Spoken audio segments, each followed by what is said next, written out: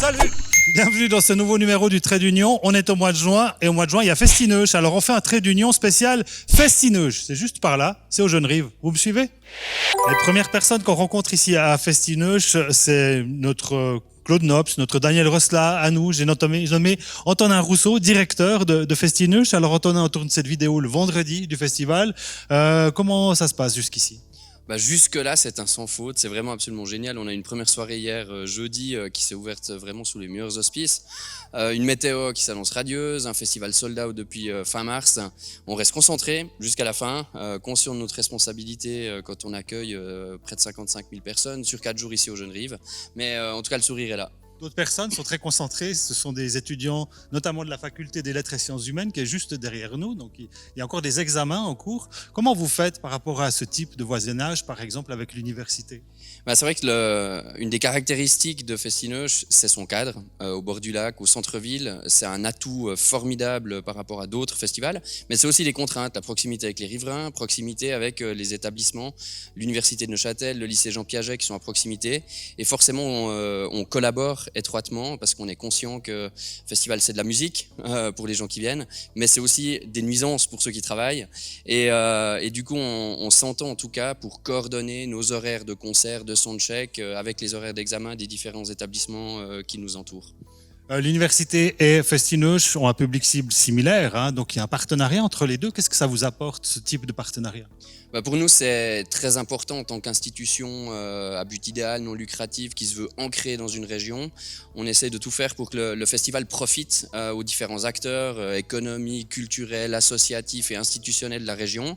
Donc pour nous, c'est une évidence de travailler vraiment en symbiose avec l'université de Neuchâtel. L'université, elle jouxte un écrin magnifique, c'est les Jeunes-Rives. C'est aussi le lieu où vous métamorphosez chaque mois de juin les Jeunes-Rives. Alors là, le site il va se métamorphoser en tant que tel, à long terme. Il va y avoir plein de travaux. Comment ça va se passer pour vous?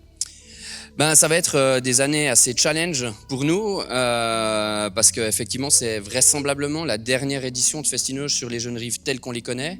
Par contre on est intégré dès le début, ça fait des années qu'on est intégré par les différents services de la ville, les architectes aussi du projet de réaménagement des Jeunes-Rives. Donc on est intégré à toutes les étapes et les travaux et également le phasage des travaux tient compte de Festineuch pour assurer vraiment la pérennité de notre manifestation. Donc on est rassuré à ce niveau-là, Festineuch pourra avoir lieu en 2024, 25, 26 avec la même jauge, la même capacité, mais par contre on devra faire preuve évidemment de flexibilité. Excellent, merci beaucoup Antonin, beaucoup de plaisir à vous, on vous souhaite un bon week-end, on vous remercie d'avoir pris du temps pour nous et on vous laisse retourner à vos affaires festives, à bientôt. Merci beaucoup. Quand on étudie, etc., puis qu'il y a les soundchecks du festival juste à côté, ça dérange ou ça va? Ça dérange pas, mais ça fait mal de savoir qu'on est enfermé en train de réviser alors qu'il y a plein de gens qui sont en train de s'amuser à côté. On vous félicite pour votre courage et vous êtes nombreux dans ce cas et j'espère que vous aurez quand même l'occasion de pouvoir aller à Festineuch à un moment donné. J'espère aussi, merci beaucoup. Au revoir. Et on retrouve un étudiant de l'AJM. Vous en êtes où à l'AJM? À la fin. C'est-à-dire? Attente de résultats, attente des derniers petits résultats, des derniers détails. Alors vous venez à Festineuch pour vous détendre pendant ce temps? Où je viens à Festineuch pour le travail, vu qu'entre-temps j'ai signé pour faire la communication digitale chez Citicket Suisse. Bravo. Donc je m'occupe de ça là maintenant, actuellement, avec les passes, etc. Voilà. Qu'est-ce que vous retirez de votre expérience à l'université de Neuchâtel? Pas mal de networking avec d'autres personnes. Et également le côté plus à l'aise, vu que via la formation, on est appelé à communiquer avec beaucoup de monde. Et du coup, c'est vrai qu'on se sent plus légitime derrière à venir dans des événements et à se dire, je crois que je sais vraiment ce que je fais là et c'est plutôt agréable. Et là, on est aux premières loges. Santé. Il est bien organisé ce festival. Qu'est-ce que vous faites comme activité à Festineuch? Alors, à Festineuch, je travaille au stand info et accueil. C'est sympa comme activité. Pourquoi vous vous investissez à Festineuch comme bénévole? Alors, je pense déjà pour l'ambiance. C'est vrai que c'est chouette. On est quand même toujours avec des équipes sympas. Et puis le cadre est chouette aussi. Donc voilà. Ici, c'est le calme avant la tempête festive. Ça commence dans 1 heure, mais il y a déjà du monde. Et voici en bref quelques nouvelles de l'Uni. Il fallait y penser, décorner préventivement les rhinocéros noirs, une espèce menacée d'extinction, peut permettre de les préserver du braconnage. Une doctorante en biologie, Vanessa Duté, a étudié l'impact de cette mesure sur le comportement de ces animaux dans 10 réserves naturelles d'Afrique du Sud. En tout, il ne reste plus que 5500 rhinocéros noirs dans le monde. Un nouveau cursus intégrant patrimoine régional et humanité numérique voit le jour. Dès l'automne, ce pilier viendra enrichir le master en lettres et sciences humaines. Ce programme offre une combinaison originale d'enseignements et d'outils informatiques dont l'utilisation devient indispensable dans les sciences humaines contemporaines. Olé! Quelques 400 hispanistes en congrès à Neuchâtel. L'Institut des langues et littératures hispaniques organise le 21e congrès de l'Association internationale des hispanistes.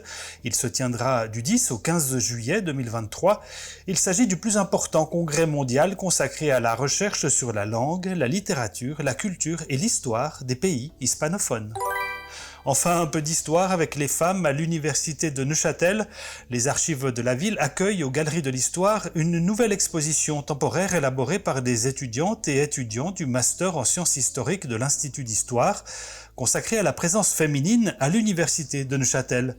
Elle est à voir jusqu'au 28 janvier 2024 dans le bâtiment de l'Hôtel du Pérou.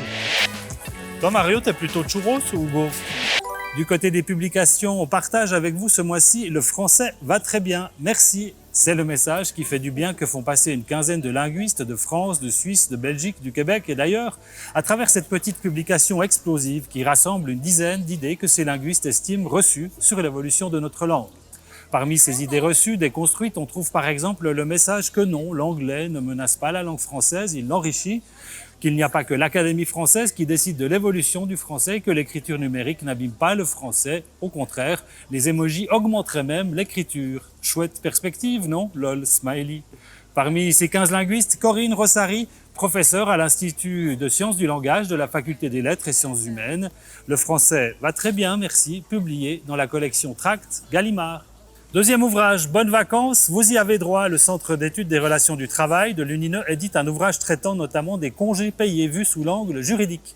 Réalisé sous la direction des professeurs Valérie Desfagot, Jean-Philippe Dunon et Pascal Mahon, congés, vacances et flexibilisation du temps de travail fait par exemple le point sur le télétravail et ses conséquences. Une publication de l'UNINE en collaboration avec les éditions romandes de Schultes. Et enfin, dernière publication ce mois-ci, vous vous intéressez au pouvoir guérisseur des plantes. Ce livre est pour vous. Voici Plantes soignantes entre pouvoir et partage. Plusieurs chercheurs liés à l'université de Neuchâtel ont contribué à cette publication, comme Sergio Rassman et Emmanuel Desfossés de l'Institut de biologie, aux côtés du directeur du jardin botanique, Blaise Mühlhauser. C'est édité sous le label Épistémé des presses polytechniques et universitaires romandes. Voilà, c'est tout pour ce qui a fait l'actualité à l'université de Neuchâtel en ce mois de juin. Si vous voulez en savoir plus, retrouvez la version écrite de cette newsletter à travers le lien ci-dessous. On vous souhaite un bel été et n'oubliez pas, si vous passez au NIF, de venir nous voir le 5 juillet au Jardin Anglais. On y sera dès 16h avec Monsieur Robert, notre zombie étudiant national. Il sera là, vous pourrez faire des selfies avec lui. Il sera là en chair et en os, enfin, ce qu'il en reste. Salut! Ne pas faire moins de bruit, s'il vous plaît.